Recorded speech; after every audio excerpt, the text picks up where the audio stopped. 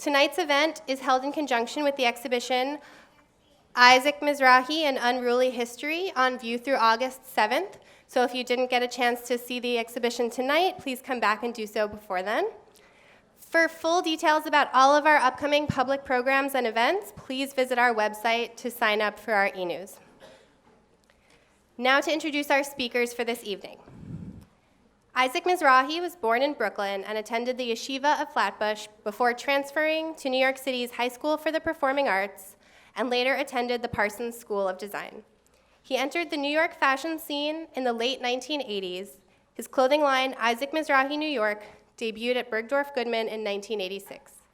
In 1989, he received the Perry Ellis Award for Emerging Talent and was named Council of Fashion Designers of America Women's Wear Designer of the Year, an award he won again in 1991. The documentary Unzipped, about the making of his fall 1994 collection, earned Mizrahi and the director Douglas Keeve the 1995 Audience Award at the Sundance Film Festival.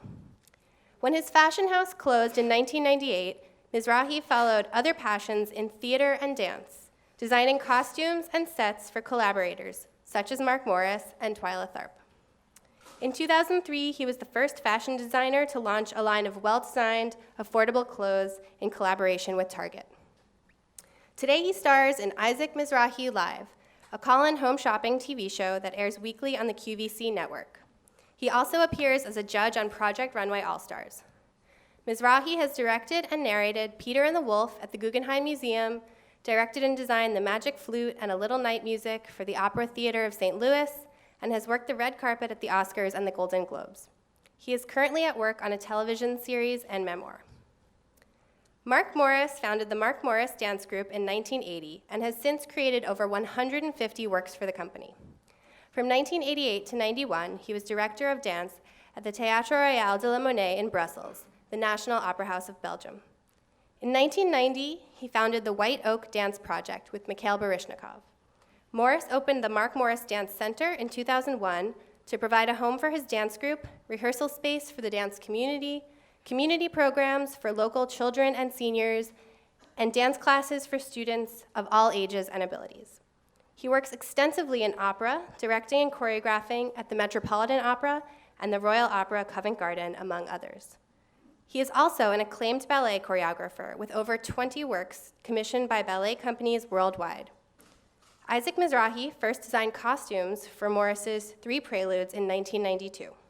The two have since collaborated on 17 other works, including Falling Downstairs with Yo-Yo Ma, Sandpaper Ballet, and Beau for the San Francisco Ballet, Gong and After You for American Ballet Theater, and evening-length operas Platée, King Arthur, and Acis and Galatea.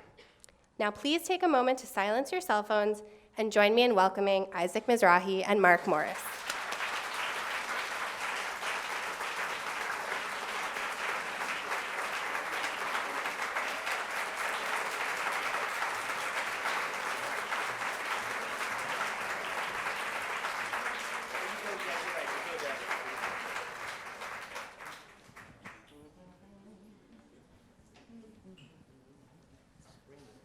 Hello, Hi. welcome. Hello, Isaac everybody. Mizrahi, this is on the occasion of you that we are here. So, we talk on the phone pretty much all the time. I know. For long stretches, so to come up with something to talk about here, we should just talk on the phone and amplify it or something. Yeah. Well, one thing we should tell them is we love questions from the audience. And eventually, we'll take questions from the audience. So start thinking of good questions. So we'll do occasional. I have some topics. What? 'Cause you've seen my notes that I have. I didn't even think you wrote. Yeah, I didn't write. realize that you could write. I have a few notes as sort of trigger warnings for what we might talk about. And feel free to ignore or delete or fantasize however you like. What would be a dialogue/discourse that we could have that would be enlightening? Because It didn't say that. No, I know. It didn't say enlightening. But that would be good. Forget about enlightening, but good. Well, here's the thing. I personally have no interest in the, what's it called? The creative process. Yeah. To me, that is just a dead end, and everybody loves that. I know. Everybody wants behind the scenes. They want to know how David Blaine stays frozen in a block of ice. Right. I'd rather gasp at that. So Right, if you yeah. want to do a bunch of explaining, No. I'd rather not do that. But Me that's, either. the dialogue is what we're doing right now. I was thinking about talking about our feelings about, or what we think about certain things, like ballet costumes. That's not first. That can't be first. Oh, okay. All right, okay. That's usually what we talk about. It is. We talk about that a lot. See, there are several things here. Actually, I want to ask you this first. Really? Okay, ask me a Here's question. what I want to ask you All right. first. I have a job wherein I have been on the road traveling I figured it out, I started when I was 17 and I'm 59, so imagine. Is the answer layering? Yeah, no, sorry. The answer is... How do I pack? Saline. No, it's not. That's not my story at all. Okay, sorry. But saline nasal spray is Right. one tip. Okay, But I'm what not is looking for that? tips. I'm looking for how can you stand traveling, because I don't think you do like to a lot. And also with that, where on earth could you ever imagine living besides here in New York? Go. I don't like to travel. I used to. It used to be more interesting to me because it wasn't such hell getting places, right? Even when there were delays or something, you didn't feel like you were a criminal the minute you walked into a building, right? But more than that,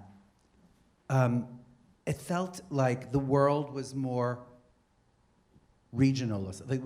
If you went to Scotland, you didn't see Prada stores and Starbuckses, you know?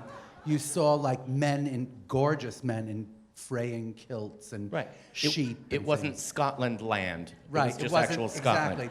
And so like, you know, and having traveled extensively in Asia, and having been so inspired by things in Asia, but also been so disappointed by like pollution in China or something. You know, you have to wear gas masks in Shanghai or something. But right? what about Japan 25 years ago or something? No, whenever, you can't even talk about how inspiring Right. that was. Japan's yeah. sort of the best and sort of scary thing to me in the world. That's the best thing. It's the best place in the world, right? And also I have nightmares. I literally have nightmares about getting on planes to go to Tokyo.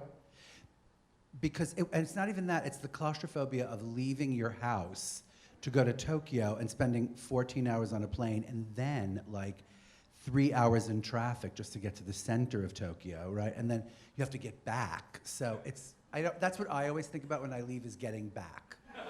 That's my problem. But speak, if you will, on the complete perfection of everything that's Japanese.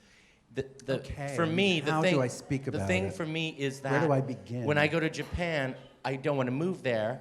I love every single thing about it. The things I love are the things that scare me. Like everybody knows something I don't know, like Japanese, for example.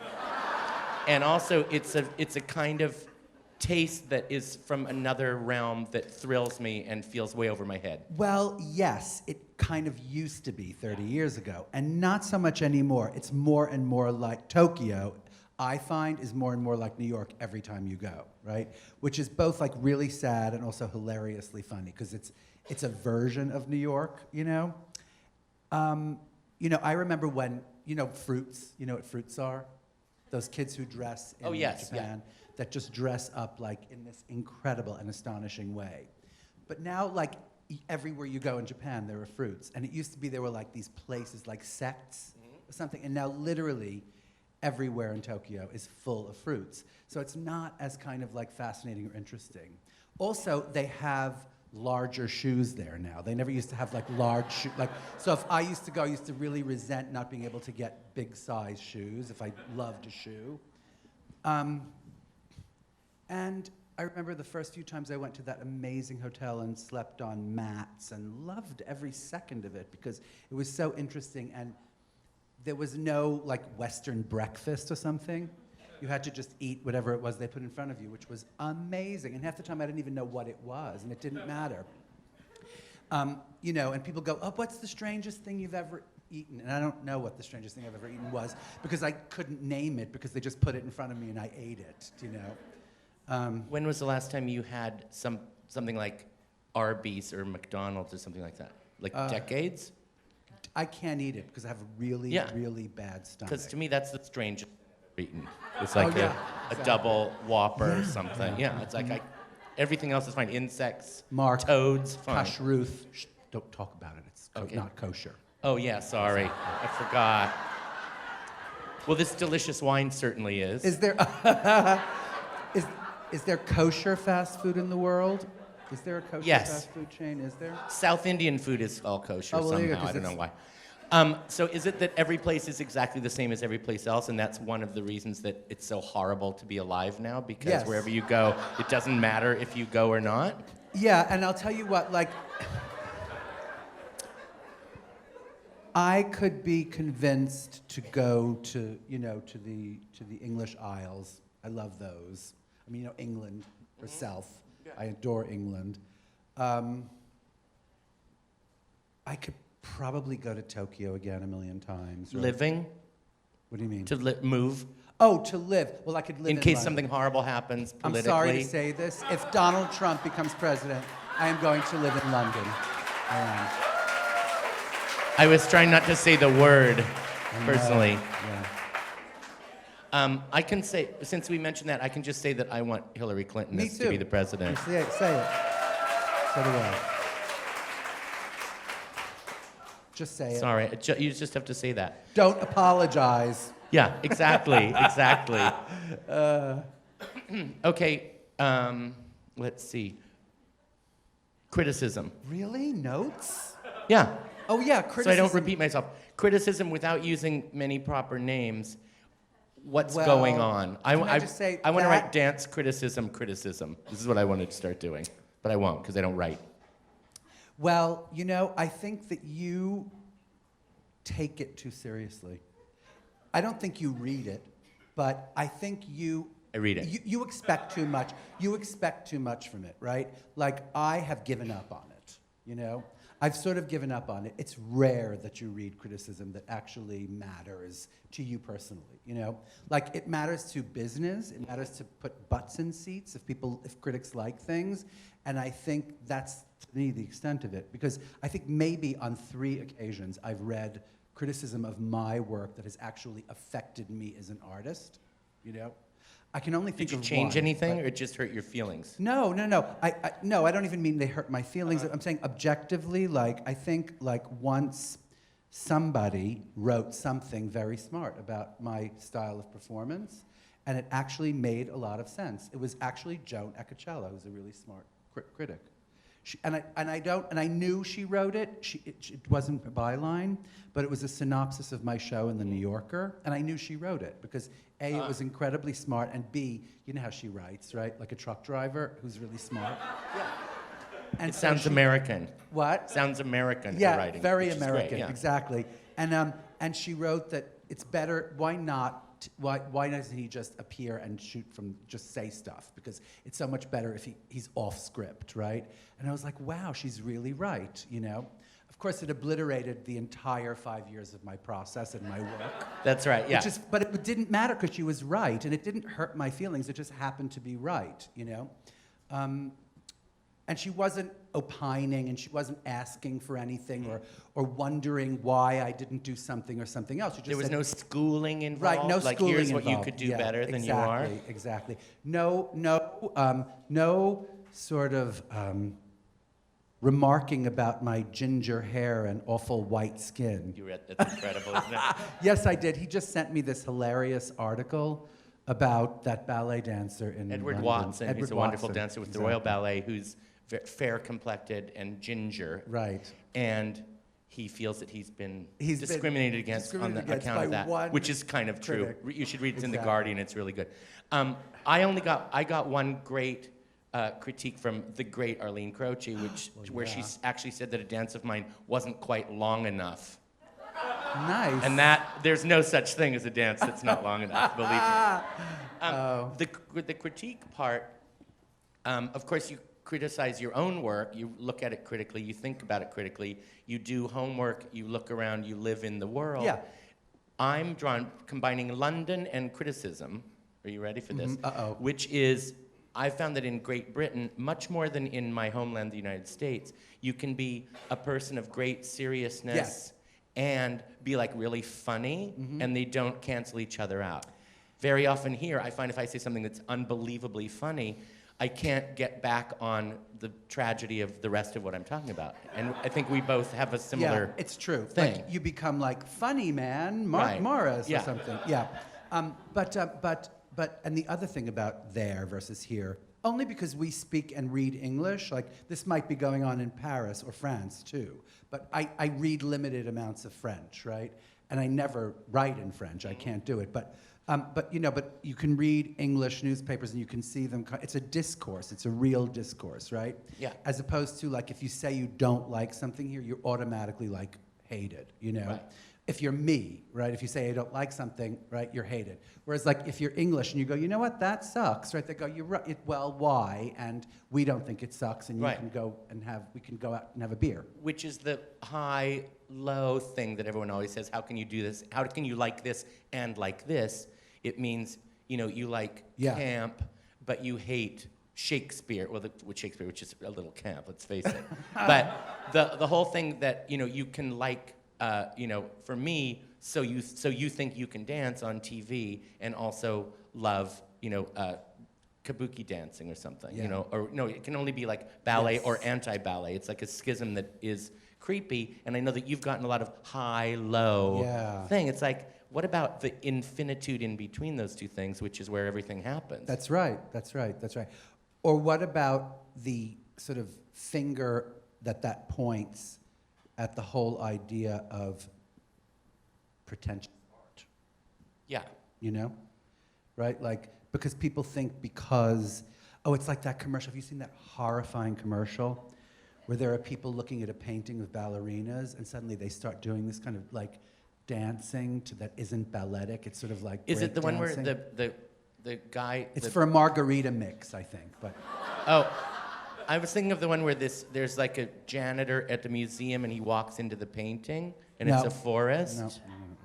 They say like find the hidden art in nature. It's like there's no such thing. It's nature. There's something that I'm trying to get at here, which is like, just because art is pretentious doesn't make it good, right? It usually means that it's bad, right? If something is very, very kind of overwrought and stiff and sort of, I don't know what bad Well, art I is. hate it if something is over-explained to me. Wall text. I know. A I giant hate wall text. Yeah, I do too. And also, or program notes at the opera or the ballet. It's like you read for 10 minutes about this beautiful this Yeah. and this challenging that, and then it's Yes. like that's just a dumb dance. What's that supposed to be? I fought tooth and nail about the I wanna wall think- text. I'm and not I talking think about we this got place there. No, I know, specifically. I'm not either. But they do like their wall text. They do. Right. Well, also, you can't be sure that you really love a painting until you find out that it's by somebody famous. Museum of Modern Art, everybody's standing in front of my Right. favorite thing to read the text for the thing that's in the gift shop, and I love a gift shop. That's not a problem. Exactly. I know, it's confusing, right? Let's take a question, Okay. Isaac. Is there a question? in One the question, audience? raise your hand. Yes, Say it. you, sir. I like to know, like, if you're making costumes together for, say, Mark's dance. I like to know about, like, kind of the nature of how you pick her. And if you don't, you can just go on to the next question. I think it's a good question. That's good. Thank you, sir. Well, here's what's really great about working with Mark, which is that Mark actually knows what he's doing in a show, right? He knows what the show is supposed to be, right? And so, like, usually the best way to do it is to go look at it before I think about it. But sometimes we don't have the luxury. Sometimes it because doesn't exist yet. Yeah, sometimes it doesn't exist yet, and there's no time and have to do it, etc. And so usually I respond to the music, and I show you things, right? Like horse costumes, for instance. Remember that this summer? Yes. That was the process this summer. That's a good thing to talk about because he was commissioned by American Ballet Theatre to make a dance that I thought was so beautiful called After You, right? And well, it started with the music. Well, I always send whoever's designing costumes, lighting, whatever, if there's a set, I send the music to that person first because I always know that, and I don't want to necessarily immediately impose, because I don't have an idea what the dance is going to be like. So you got the music when just after I did, and there was no dance. So what his ideas, of course, have to do with what I end up doing. Go ahead. Yeah, and I got the music, and I immediately thought how smart it was to pick that music. And I'm blanking on the music. I can't even remember what It's it was. Hummel. Right. No wonder you're blanking. A lot of people have never even heard about him. But it's sort of this, like, it's a military septet. A military septet, but also it was such an inspiring idea to kind of just pick dance music, right? Or something that I found very dancey, very danceable, and I just liked it for ABT because it felt like formal in a way. It felt like, you know, turn of the century in a way, you know, turn of that century in a way, but not, you know, it just kind of was this beautiful, but the formality of it was what I loved. And it wasn't Baroque, you know? I just liked feeling that I could see a dance made up to that, and it wouldn't be exaggerated. That's a good word, isn't it? Exaggerated. Yeah. When you talk about ballet, because I went the other night, and that's what I hated the most about it, was the exaggeration of it, you know?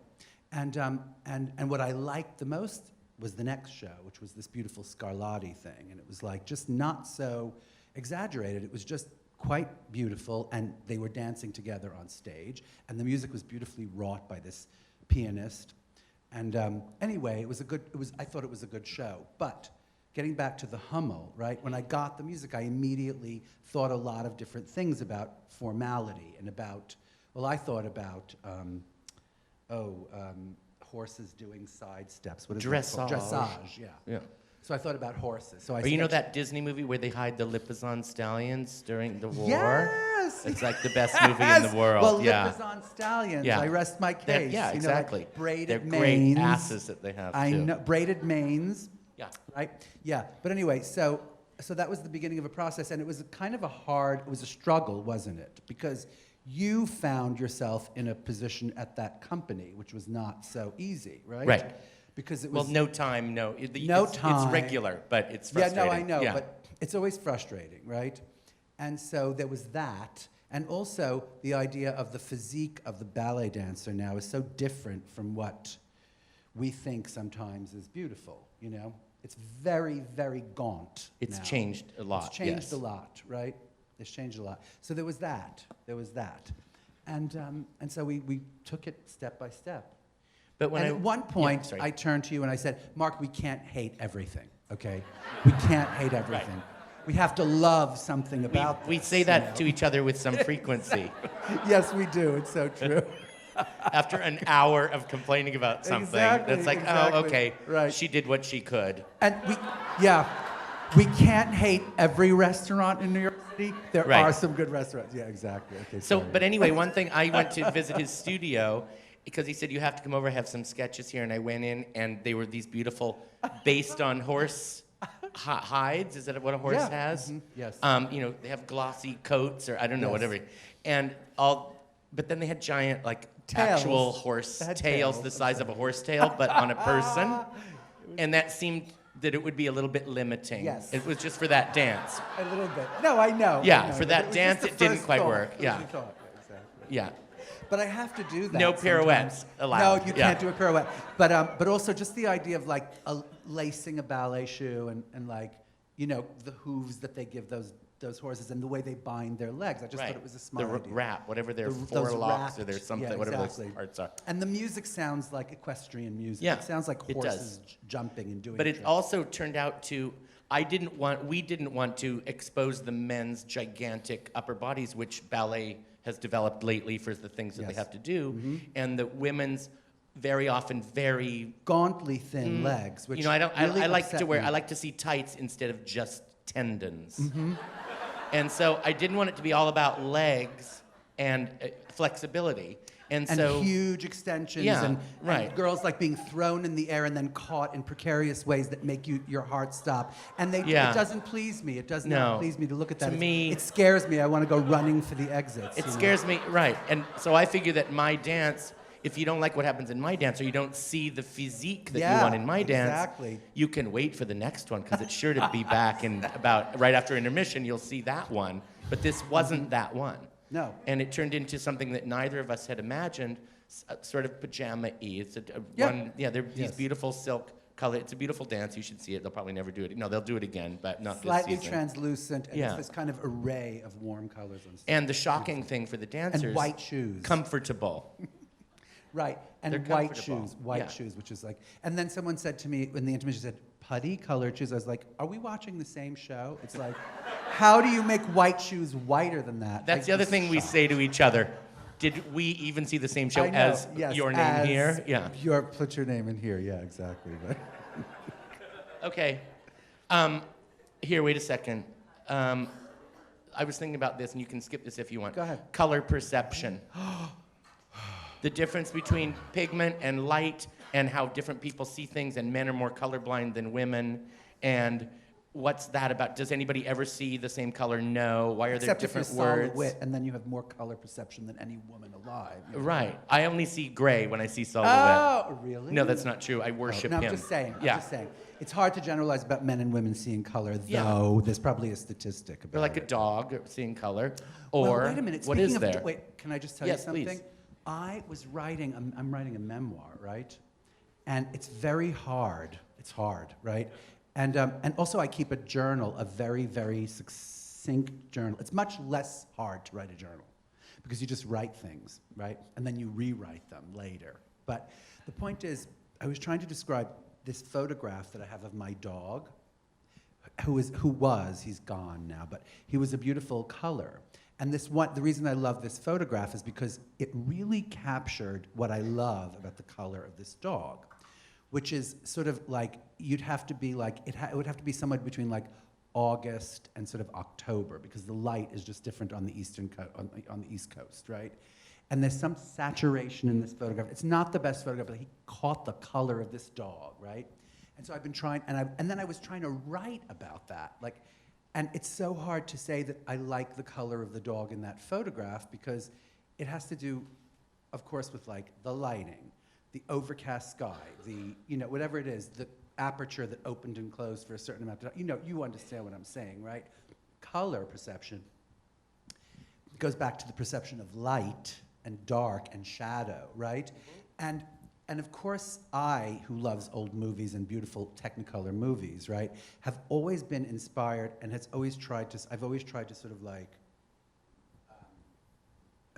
to capture the layers of color that you can see, but you can't. You realize that you can't. In black and white film. No, well, in black and white film, but 'Cause in there were color film, colors in that like how do you even in like read those? Yeah. Technicolor film, Yeah. because that's projected onto a screen. Right. It's light going through a film that has layers and layers and layers Right. of color to make up that one color. So when you look at And landing on Deborah something. Kerr in The King and I wearing that taupe-colored gown, right? There's no way to, because at certain points it's pink, at other points it's Right. like, depending on how they lit the scene or didn't, or she moves from one lighting situation to another situation. And that's what makes you crazy about color. It's not a color, it's how Right. the color changes every minute, right? That it's not a thing. That It's color's not, not a an thing. object. It's so elusive. It's the most elusive thing. But what about color in black and white movies? Oh God, yeah. Like right. Arlene Croce's great book, the Fred Astaire and Ginger Yes, Rogers book, talking yeah. about the big white The set. big white set. And the that black must have been floors. red by how it looks Yeah, in black and white. It's right. like, it makes me crazy, and I think about that a lot. me It must too. make you even crazier. Yeah, So- it does. The other thing that's good about black and white is that or black and white movies, is that what you were saying before about like Scotland Land, Yes. like Scotland Land. Yeah. It puts it in air quotes in a sickening way. Yeah. Like black and white movies puts it in air quotes, but in a really good way. It's like, use your imagination, darling, right? I'm not going to tell you what this is. You have to figure out what Right. this is. This is about life. It's not life. It's a metaphor, right? Right. Yeah. But there was no other choice. You couldn't present it in that's color, true, really. yeah. Like silent movies couldn't have sound in them. No, It said, I don't know. no. Color, that's color. Paintings. Well, Question. another question. Can I have some wine? That's my question. We're gonna come around with a microphone about for this other lady? questions so Oh, everyone really? can hear. Okay. He was so good at Oh, That's because projecting. he I know, but- projects. Well, that lady is raising her hand, Okay. so. Just I thought speak. that Yeah, was go you. ahead. We don't want to do a microphone stall, so just run really, really fast. This question is for Mark. Mark Morris. When you visualize a ballet in your mind, how do you then do you visualize the costumes, or how do you have the courage to then let someone else do costumes for you? Do you see the courage too? Yeah. That's good. That's really good. First of all, the sad part is I don't visualize anything. I really don't. No, the thing, that's what I said early on. I'm not trashing your question, it's true. The thing about the creative process, it's like when I visualize it, I don't visualize dances. If I did, I wouldn't have to have a company or leave my apartment, basically. I could just like have a gorgeous dance going. You know, I'm not that crazy, but there's a thing of, you know, I never dreamt about flying or dancing. My mother did those for me. And when I go to make up a dance, one of the things I like is that I hear a piece of music and approach it as something to go up to and through. And I don't think of an adorable dance that I think this music would go to, or I don't see steps in my head really at all. But occasionally I will think of a situation, there'll be some sort of a little narrative, or I forbid myself from using diagonals or men or jumps. You know, I limit myself and then I change all that stuff. And occasionally I'll think this has to be in a white t-shirt and black shorts and, you know, slippers. And then I shop that, or I have somebody else shop it. But usually I have no idea what this should look like. And that's why really it's as early on as the music when I would send it to Isaac. And I have to tell you, there was a little bit of trepidation. Isaac and I hadn't known each other for very long. This is many decades ago. And I loved his work. I knew his fashion stuff, and he knew my work to a certain degree. We became friends very rapidly. And I was scared. I wanted him to design costumes. I was a little bit scared. Because what if I hated everything, and it's like, you're my best friend, but your work sucks, which isn't true. Or if it were, I could say, like, I don't like that so much about something, he wouldn't lose his mind, and vice versa mostly, except I'm lying. But I would, it's like, that's great, but I don't want them all tied together. Or, you know, they can't be completely naked because it's cold, we're doing it outside, you know, something like that. But really, I don't know, and I count on the expertise of people I trust. So the first thing Isaac designed for my company, for me, was a costume for a solo that I did, because I thought that would be personal and safe and a nice try, and I loved it. We brought the dance back recently, and it was a wonderful kind of black and white, I can't say, with like no flesh showing. Practically nothing. Yeah, practically nothing. A little bit Mickey Mouse, a little bit Fred Astaire, a lot me and him. There were spats and gloves, and it was. And also Misha. Misha was in the yes, equation he too. learned that. You're right. He did. Yes, I did it on him as well. But it was to the Gershwin Three Preludes for Piano, so it was kind of referred to the 20s when that piece was written, and it was perfect. And then from there, the strength of that, we went on and did bigger pieces, and then full-length operas, and you know, it's great, and ballets, and yeah. The joke is that I always prefer rehearsal clothes. I always prefer them in their rehearsal. Can't you just wear what you're wearing? Can't you just wear what you're wearing? Exactly, because it always looks so much better than when you put costumes on. I have a message. Uh-oh. That's someone in the audience. Yeah. Oh, really? It's from Guillermo. It's okay. I won't take it right now. I'll turn it off. That's nice. I haven't heard from him for a while. But that is sort of the truth.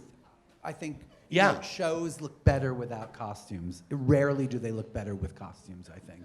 After you, Wow, that's pretty, Well, you know, it's like some designers have designed costumes. I'm talking about costume designers. Have designed costumes that were exactly what those people were wearing in rehearsal and bedazzled or given a beautiful silken texture or something. And that's valuable unless that's the only possibility. And then there was a period of time when I thought nothing should match on any dancers. It should sort of relate, but it shouldn't be matched.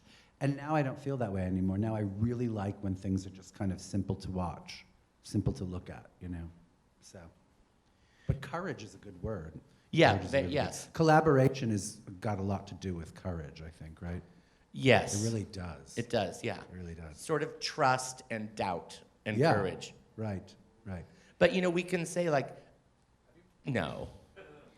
You have to be able to. I mean, that's, otherwise it's, And I rely on you for that. I rely on you to say no. We have very similar taste in a whole lot of areas and then antithetical in a few. And sometimes they change, which was quite interesting. Television.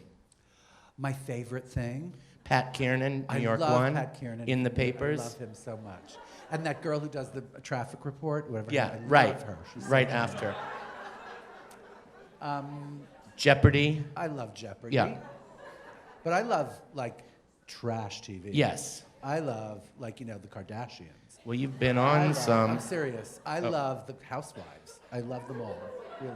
Yeah, I know. And then I think, RuPaul, who I admire, but I don't really watch Exactly, it. yes. Sorry, go ahead.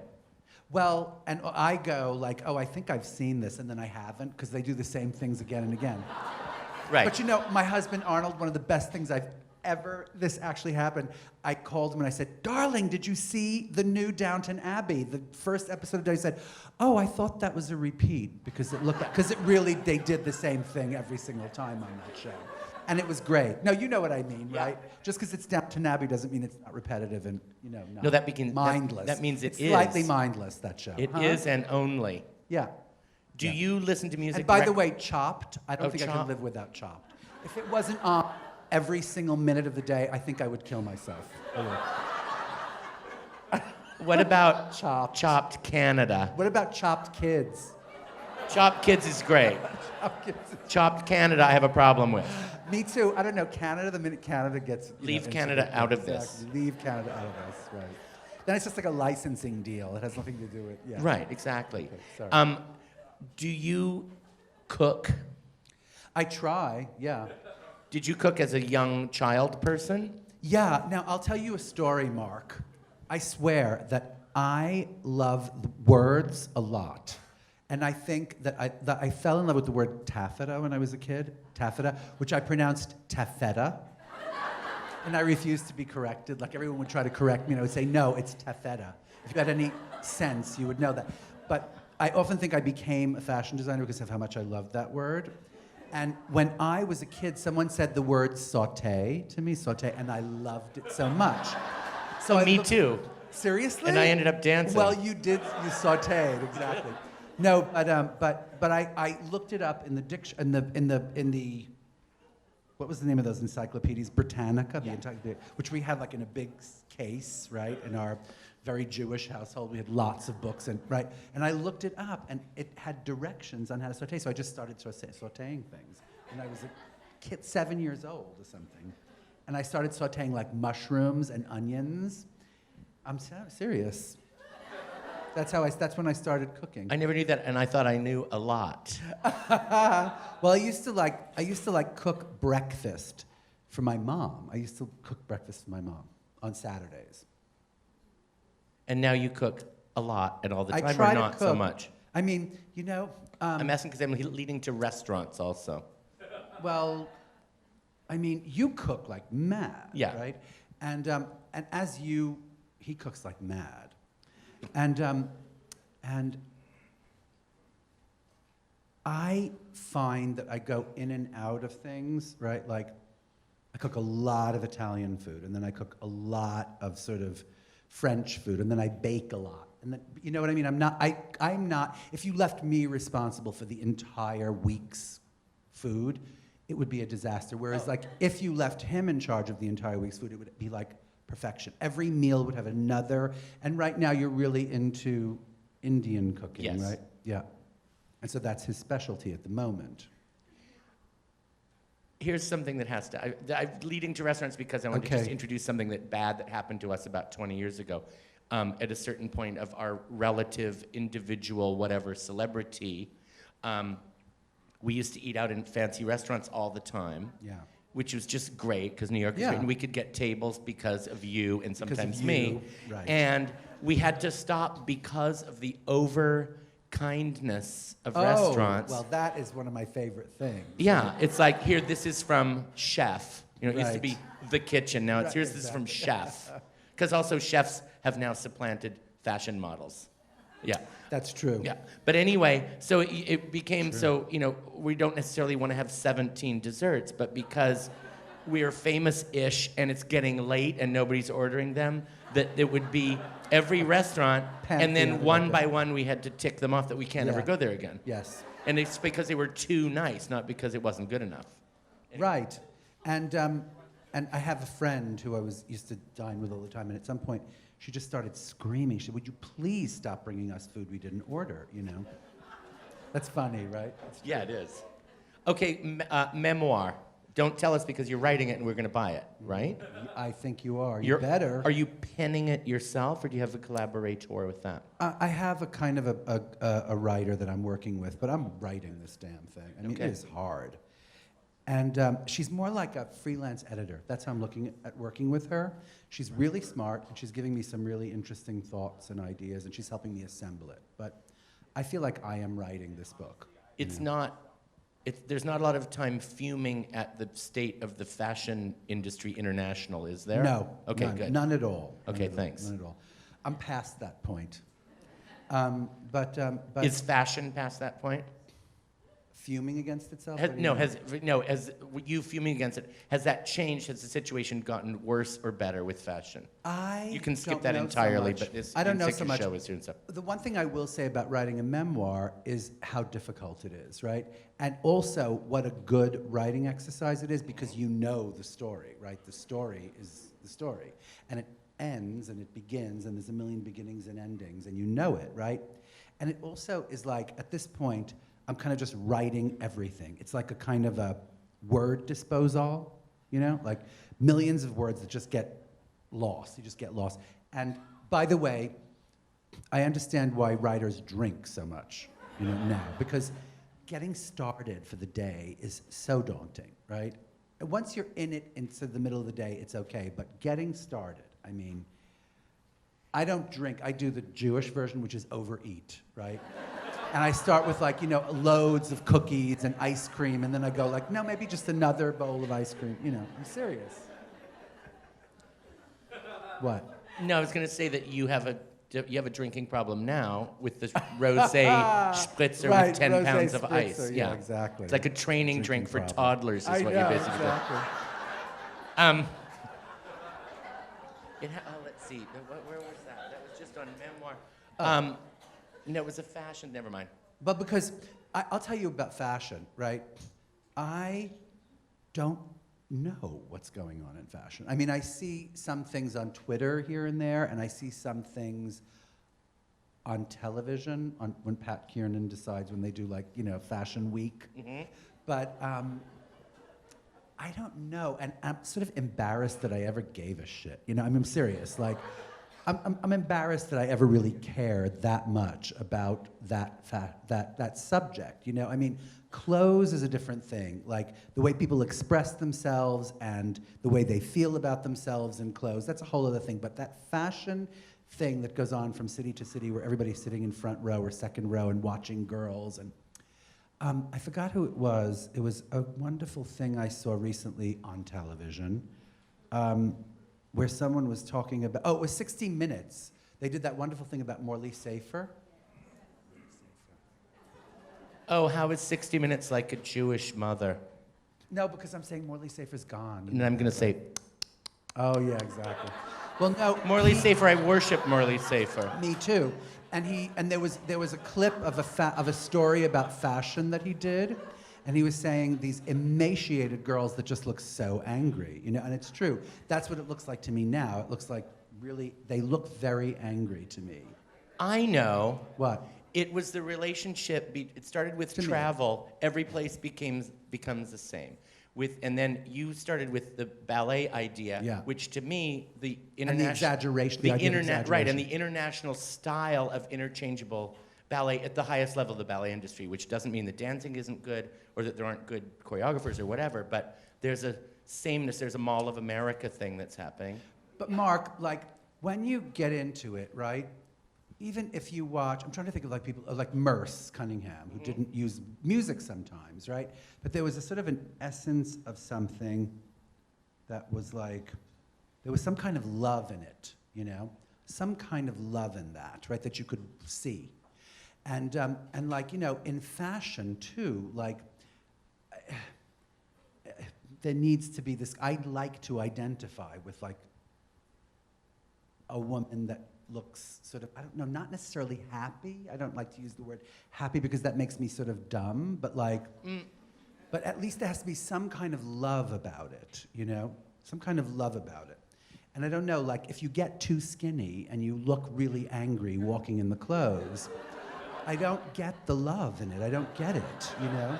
Well, And that makes me like very old and not getting it. But to you me, know, that's also a ballet thing, where it's like, and it's anhedonic. It's pleasureless, and a lot of Anhedonic. That's my favorite new word. But a lot of choreographers and certainly fashion designers, Yeah. male and female, have been accused of hating women or of some level of misogyny that I find to be true.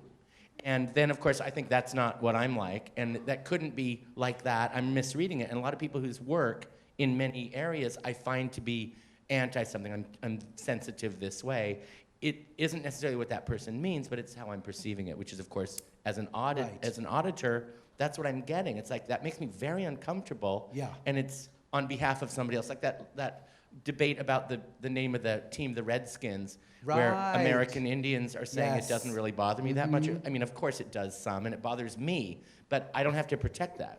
You know, I can say I'm queer, and also like the thing about bullying, without bullies, how would I know I was a sissy? Exactly. Everyone there's a place. It's an ecosystem. Yeah. Right. Yeah. And that's really interesting, and I don't have an answer for it. That's And then, also of course, you generational. talk about, yeah, and also you talk about irony and tongue-in-cheek, and sometimes, like, you know, the way you see men in the ballet, or the way you see women, especially represented at the ballet, or fashion, there's a kind of tongue-in-cheek thing, and you're supposed to get it. But sometimes it does kind of go a little line crossing, and you think, like, no, I'm uncomfortable. That just made me uncomfortable. Right. You know? Yeah. And so, even the word misogyny makes me uncomfortable because I don't think it should even exist anymore, do you know? Because it should already be in the past. You know, but it isn't. It really isn't. Right. You know, yeah. Sadly, it really isn't. Speaking of Hillary Clinton, you know? Yeah. I mean, right? Yeah, speaking of Hillary Clinton. No, because they call her, like, aggressive, and they call her shrill, and they call her, no, I read something that, she's That's so just because ambitious. they dare not Because say she's- bitch. That's Right, why. yeah. That's what they mean. Yeah. A question? What time is it already? I Aren't know you exactly tired what of time us? it is. You in the back with your hand. Okay, Are you just sorry. trying to get out? Is that what? Get that mic to her, somebody, and step on it. Hi, this is a question for Isaac. I was just wondering how you design differently for runway and compared to dance and movement, and like the challenges you had at the beginning. Okay. You know what? I want to ask you a question, so don't sit down. Because All right, I'm ready. I get that question so much. Yeah. Like, what's the difference between designing for the runway and designing for ballet? What do you mean by that? I mean it. It's like, because I think that the answer is either so obvious or not that interesting. You know what I mean? So I'm not exactly sure why I keep getting asked that question again and again and again. Do you want me to talk about how, like, the armhole has to have different motion or something, or like more because like I guess designing for someone else's story. yeah, but to me, it's like, you know, it's all based in this kind of like irrational, like kind of inspiration moment. I hate telling you that because I sound like such an asshole now, you know? But it's like you get this idea, and then that's the idea. You got this idea, so you better follow through with that, right? And so it's no different for fashion, and it's no different for the theater. It's like you get an idea, whether it's about a story, like you're saying, or whether it's about what you think people should wear every day. It's all like, I believe in inspiration, I really do, you know? And that's the answer to that question. Is that okay? Oh yeah, you can sit down. Oh, sorry. Yeah, now you can sit down. But also, I didn't mean to make you uncomfortable. I just want to know what people want to know about. there are places as the 'Cause I get crossover that of question that. all the time. Some things that you've designed for my company over a couple of decades. Hello. Yeah, I know. Is I know. reflective of what you were working on at the time. When I walk through this beautiful, beautiful show, Oh, thank you. I see like, oh wait, yay, applause, applause, applause.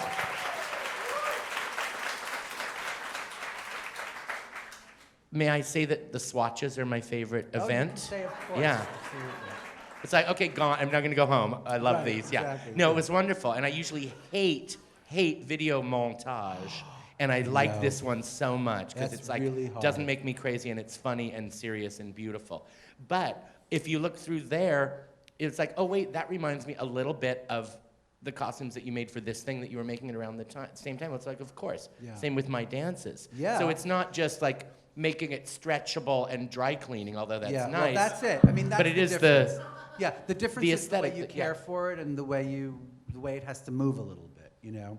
But I don't believe that's really why you're asking the question. I can't believe it's asked so much for that answer, do you know? So I don't want to disrespect But by I think answering part of what it I'm is, we joke about the creative process, but it's also, I'm sure you are too, are put in a position very often where in an interview it's like, why did you use that music? Ah, right, exactly. It's like, well, I like it. It's like, I like surely it, there and must I couldn't be stop listening to right, it. but you're supposed to defend that. Like, know. why Native American, Mark. whatever sacred symbols on this suede jacket. Yeah, exactly. It's like, Or oops, like I'm in trouble, kitsch but it's versions of gorgeous. sacred, yeah. But wait a second. Hey, listen to this. Yeah. I did a talk recently about the creative process, but because TED? that was, no, I did that Oh, too. okay. And I said the same thing, which is that I believe in procrastination. I think that is the most important part of the creative process, right? Seriously, you just keep putting it off. That's the best way to work. See, and I don't tell you that because I think you don't do it as much as I do. But that Are you also kidding? includes putting off the Oh. phone call sometimes. You know what I do? I do the weirdest things. I watch TV. I play solitaire. I do really stupid things. I play like endless computer bridge. Wait, I want to ask the audience a question. Who plays bridge? Right, that's so few of you. Okay, I'm just asking. It's going away, you guys. It's going away. Soon it's going to be like extinct. Teach somebody. It's really hard. It's really hard to teach. But Let's take some more questions. okay. Oh, you didn't before, right, in the back? Did she ask a question before? No, it was I don't her. think so. In the Okay, black hold, put sweater. your hand down, sir or madam. Yeah, you in the back. Thank you. How well does an unruly history epitomize your brand?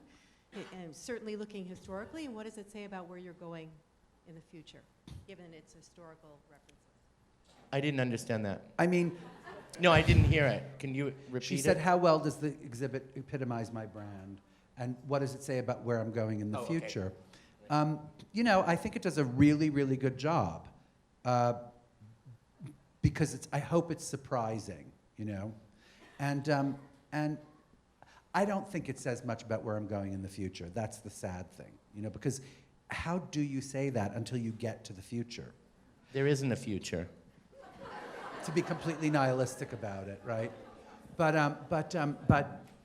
it's like, that's my problem with everything, is that, like, applied arts, the word art now is like not such an important thing as brand, and like, that's been my biggest criticism, and now I wear it like a badge because I don't care about branding. I don't care about all that. That's somebody else's job. So I mean it. Right on. Yeah. I agree with you. Yes, I'm sorry. You do what you do. You I do just what you read do. something by the composer Terry Riley, asked to describe his style, and he said, well, I keep a notebook of a bunch of things I like, and then I use it whenever I want, and that's what I do. It's like, it's not necessarily developing, Right. it's getting older and maturing and knowing more stuff. Whether that makes young people agitated or not isn't our problem anymore. And did Bournonville understand his own style before he died?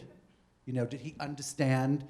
No, I mean it. Like, he just made up stuff that was really beautiful, and we look at it now, we go like, oh my God, that incredible leap with absolutely no preparation into like fifth position. I mean, how did he do that, right? Right? Yeah. That's what Bournonville is now, Yes, right? that's right. But he didn't know that while he was making it. You think No. like Chanel understood like, oh, let me do a boucle suit with a carnation on it, whatever the hell that thing is. And those shoes with the, what are they called, spectator pumps, and Yeah. a lot of pearls and a little boater, etc. I mean, I don't think she understood until it was too late, And until Karl Lagerfeld got his hands on it. Right. Seriously, right? And so that's what it is. That's branding. That's branding. You, a question from this woman here. Hold on for your mic, sister. She doesn't. Oh, think you she's don't? Okay, great, projecting. good, thank you. Oh, well, I don't. You're both divine. I'm so happy. Thank you. But I do have to use it, they Yeah, say. you do. It's our hearing, it's not you. My granddaughter, who's 27, I spoke to her this morning, and I said, Isaac Mizrahi. She said, oh, I love him. He's the one with the wild hair. But you don't anymore, so you've settled into something. A Brooklyn boy. Yeah. Lovely. Mark, I don't know where you were from, and how did you begin to have your life in dance? Is that your question? Yes, but thank you again. By the way, I relaxed my hair now. That's what it is. I'll tell her. A little touch of relaxer goes a Let me long take way. let me For a take Jew you back fan. to Seattle, 1956. A modest, lower middle class dwelling in the south part of town. I can't tell you that story right now, I'm sorry, because it takes place in real time. It would take 59 years to tell you the story. Look up my website, Mark Morris, what is it, mmdg.org. Just look me up, Google me, have somebody who's better at that. Is do there it. is there a bio I can- on your Yeah, site? sure there is. Well, yeah. there you go. But also, I've been around, and I have a building in Brooklyn. That's my headquarters. I've been in New York since 1980. Okay, so I'm a lot of things that aren't from Seattle anymore. Let me tell you that. Like, I have work here, and I'm honorary Jewish, of course, having been in New York long enough. That's right, exactly. One more question. Yeah, one more, and that's it. Seriously. How about the gentleman? in the Oh, a back? gentleman? You can project. What? Okay. Okay. No, you can't. It's part of it because they're Alright. probably recording everything like everybody Right, a always does. podcast. This is Yeah. a podcast, right? What books and authors inspire you? Come on, did you just ask the best question in the world? Well, Mark, that is a really good question, right? I just finished the most horrific novel of all time by Ivy Compton Burnett called A House Oh. and Its Head. Oh no, I thought I read It's it. 1935. It's the most horrific thing in the world. It's great, great, great, great. We both read a lot. Don't we both Yes, read a lot all the time? We try to read a lot. Yeah. I have to say, now that I'm writing a lot, it's really hard to read a lot. Because if you have a minute, like you should be writing and not reading, except not, right? I've been studying Shakespeare. I've been reading all the plays, even though I like it a lot and have sort of acted it and loved it and watched it. But now I'm sort of studying it chronologically with the fabulous Seth Williams, Yes. right? Who is an ex-Mark Morris supernumerary dancer. And I run from Shakespeare. I know, I don't understand that. It's the craziest thing. But I'm also reading the two first Murakami novels that are in a volume. And I am so inspired by that writing right now because in the foreword he wrote, they're called his kitchen table novels because he only read them, he wrote them at his kitchen table. And he had an epiphany at a ball game and decided to write a little novel. And then he wrote it, and that was it. He figured, okay, that's it, I did that, right? And then he applied for a prize, and he won this prize, which is like, oh, maybe I should write a few novels, right? But he also said that because he was so inundated with thoughts and ideas, that he would begin to write the novel in English because he had such limited use of English. And that really helped him sort of develop this style. I was going to ask if you read it in translation or not. I'm not sure. I worship him. Tokyo, I worship him. Yeah, exactly. Stanley Elkin's my favorite novelist who ever lived on Earth, and he's a great, great genius. I read a lot of research for what I'm working on in my dances and music and stuff, and I'm always reading novels. That's what I do. Yeah. I can't think of the name. Also Japanese, this great mystery writer whose name I can't think of right now because I'm bad at that. I can't either. Anyway, Nishigano. I'd never heard of that person. Nishigano. Sounds good. It does. I read the New York Times on my phone. I read the New Yorker magazine. I read the The New Atlantic. Yorker. I read Threepenny Review. I read the The obituary Guardian. every day Yeah? first. Of course. In the New York Times, in the actual paper. I can't do it on my phone. Yeah. Well, it's great. The obituaries are great. But I read a lot. The Story of Art I just reread, but what's his name? Gombrich. Oh, okay. Do you know, I've just looked back into this book, speaking of Elizabethan life, speaking of Shakespeare. Yeah. There's an amazing 4 volumes called The History of Private Life. That is the greatest book. And I don't know who wrote it, but I've had it my whole life, and I'm rereading it now, and it's great. Thanks for that question. Are you reading memoirs? Are you reading other people's memoirs while you're writing a memoir? I read am.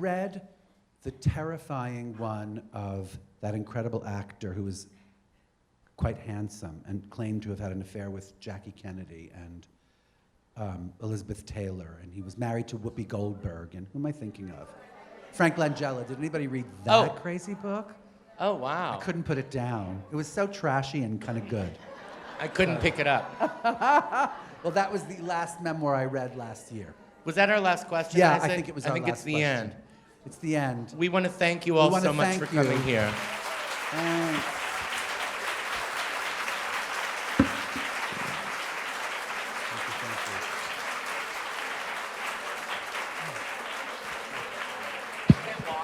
I can't walk.